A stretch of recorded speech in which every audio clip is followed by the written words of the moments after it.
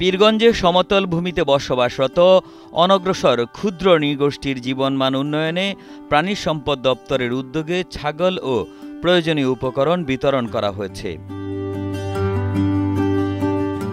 ৩ December Pirganj উপজেলা প্রাণী সম্পদ দপ্তর ও ভেটেরিনারি হাসপাতালের আয়োজনে ১৭৯ জনকে ছাগল ও এসব উপকরণ বিতরণ করা হয়। অনুষ্ঠানে প্রধান অতিথি ছিলেন উপজেলা নির্বাহী কর্মকর্তা পপি খাতুন। আরও উপস্থিত ছিলেন পীরগঞ্জ উপজেলা প্রাণী সম্পদ কর্মকর্তা ফজলুল কবির। মন্ত্রণালয় কর্তৃক আজকে আমাদের এই সমতলের বসবাসরত ক্ষুদ্র নৃগোষ্ঠীর তাদের জীবনমান উন্নয়নের লক্ষ্যে আজকে যে ছাগল বিতরণ কার্যক্রম, এটির আসলে আমরা শুভ উদ্বোধন এখানে করলাম।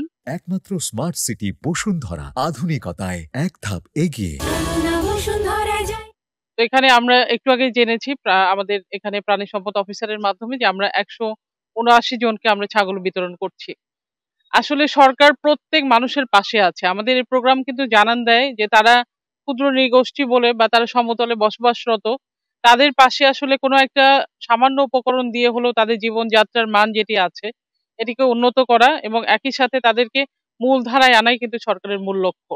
তো আমার মনে হয় যে এখান থেকে যারা আমাদের এখানে নিডি অনেক মানুষ আছেন, এখানে অনেক মা বোনেরা উপস্থিত হয়েছেন, তারা গ্রামে থেকে তাদের বাড়িতে থেকে তারা আসলে তাদের যে সময়টুকু এবং তাদের সামর্থ্যটুকু এটি দিয়ে এই ছাগলগুলোকে তারা লালন পালন করবে এবং এখান থেকে আসলে অনেকগুলো আমার মনে হয় যে ছাগলের আরো বেশি বৃদ্ধি হবে, তাতে করে তার আর্থসামাজিক অবস্থার উন্নয়ন ঘটবে, তাদের মধ্যে যে আত্মমর্যাদা সেটি বৃদ্ধি পাবে এবং একই সাথে তাদের জীবন মানের আসলে উন্নয়ন হবে।